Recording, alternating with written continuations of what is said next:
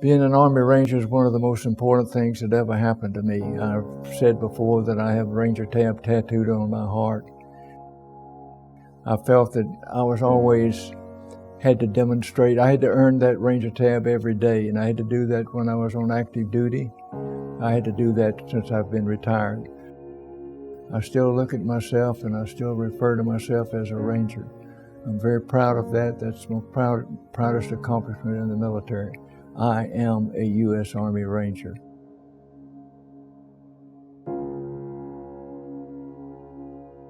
Those who know him believe Ralph Puckett Jr. was born to be a United States Army Ranger.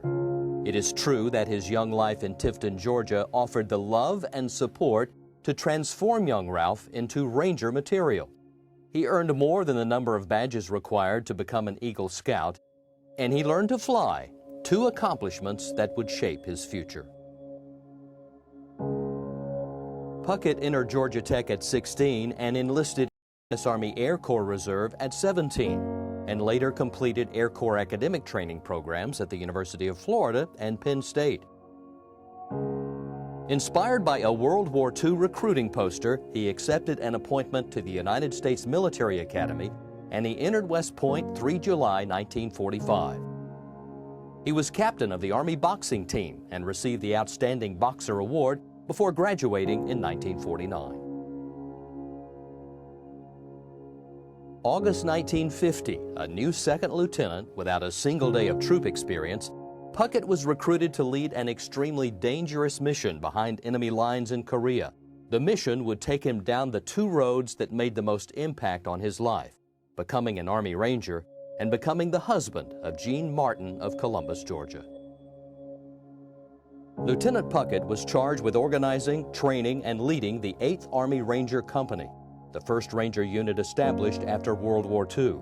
When told he would be the company commander, he said a silent prayer. "Dear God, don't let me get a bunch of good guys killed." His Rangers would later say, "Ralph, I thought you were going to kill us with that tough training, but it saved our lives in combat." He asked for perfection, demanded more, and led by example. He knew then, as he said many times later, tough training saves lives. On 25 November 1950, though greatly outnumbered, Puckett led his 51 Rangers into an attack against Chinese forces. By the 6th Chinese counterattack, Puckett had been wounded 3 times. As the company was being overrun, he ordered his men to withdraw and to leave him behind. 2 of his men, Billy G. Walls and David L. Pollock, refused to leave their severely injured commander and dragged him to safety under fire. Puckett met Jean Martin during 11 months in the hospital at Fort Benning, recovering from his wounds. And as a fortune teller predicted, they would marry. For his actions in Korea, 25 to 26 November 1950, Puckett received our nation's second highest award for valor, the Distinguished Service Cross. Before returning to combat in Vietnam, Puckett served as commander of the Mountain Ranger Division, Army advisor to establish the Colombian Army Ranger School, the Escuela de Lanceros, and as commander of B and C Teams, 10th Special Forces Group in Germany. He also completed the Armed Forces Staff College and the Army War College.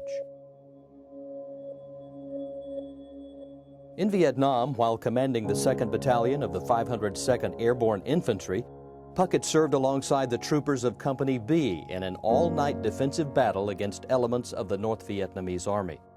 For his inspirational leadership, President Lyndon B. Johnson presented Puckett with his 2nd Distinguished Service Cross. Puckett was also awarded 2 Silver Stars and his 4th and 5th Purple Heart medals in Vietnam. Puckett served as a regimental commander of cadets at West Point from 1968 to 1970 and as brigade commander at Fort Carson prior to retiring in 1971 with 22 years of active duty service. Colonel Puckett's dedication to training soldiers to be proud but never be satisfied brought him back to Columbus and Fort Benning, recovering from his wounds. Colonel Puckett's dedication to training soldiers to be proud but never be satisfied brought him back to Columbus and Fort Benning. He encouraged them to correct every failure to meet standards, to repeat the exercise because repetition builds muscle and mental memory, and to master the fundamentals. During his 12-year tenure as honorary colonel of the 75th Ranger Regiment, his involvement with the Ranger Training Brigade, Officer Candidate School, Infantry Basic Officer Leaders Course, Armor Basic Officer Leaders Course, and others, it has been said Colonel Puckett has inspired more soldiers than any Ranger or soldier in history. He is always there. His insights is always genuine.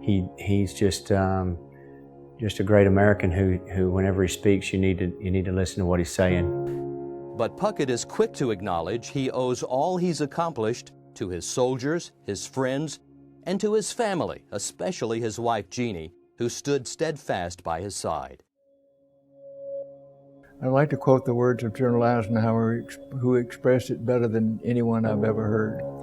He said, "Humility must always be the portion of any individual whose acclaim was earned by the blood of his soldiers and the sacrifices of his friends. I owe everything to my soldiers and my friends, and also to my wife. She is the wind beneath my wings." Puckett authored Words for Warriors, a professional soldier's notebook, a garrison and battlefield leadership guide, and has written more than 90 articles. The recipient of numerous military awards and decorations, including being an inaugural inductee into the Ranger Hall of Fame, Colonel Ralph Puckett is loved, admired, and respected for his lifelong service to community, to country, to the United States military, and to his family and friends. I've never seen a retired leader who had done so much, who then still did so much to make us better than we would otherwise be. All who know him are sure to say that he is a true inspiration who's left a deep imprint on their lives.